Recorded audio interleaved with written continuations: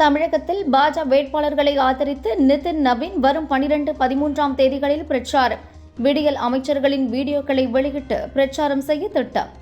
சீமான் போட்டியிடும் காரைக்குடி தொகுதியில் தவிக தலைவர் விஜய் இன்று பிரச்சாரம். 37 நிபந்தனைகளுடன் போலீஸ் அனுமதி. இதுவரை இல்லாத அளவுக்கு புதுச்சேரி சட்டசபை தேர்தலில் அதிக ஓட்டுப்பதிவு.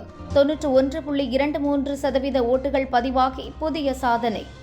தமிழக பாஜகவுக்குள் கோஷ்டி பூசல் நிலவுவதால் அதிர்ச்சி. கோபத்தில் மத்திய அமைச்சர் பியூஷ் கோயல் கொந்தளிப்பு. பிரச்சாரத்தின் போது எம்ஜிஆர் கோயிலில் வழிபட்ட துரைமுருகன். அதிமுக ஓட்டுகளை இழுக்க திட்டம். பிரச்சாரத்திற்கு கொடியுடன் வந்தால்தான் பணம் தருவோம். திமுக உத்தரவால் கூட்டணி கட்சிகள் அதிர்ச்சி. மேற்கு தொடர்ச்சி மலையை ஒட்டிய மாவட்டங்களில் மிதமான மழைக்கு வாய்ப்பு. வானிலை ஆய்வு மையம் தகவல்.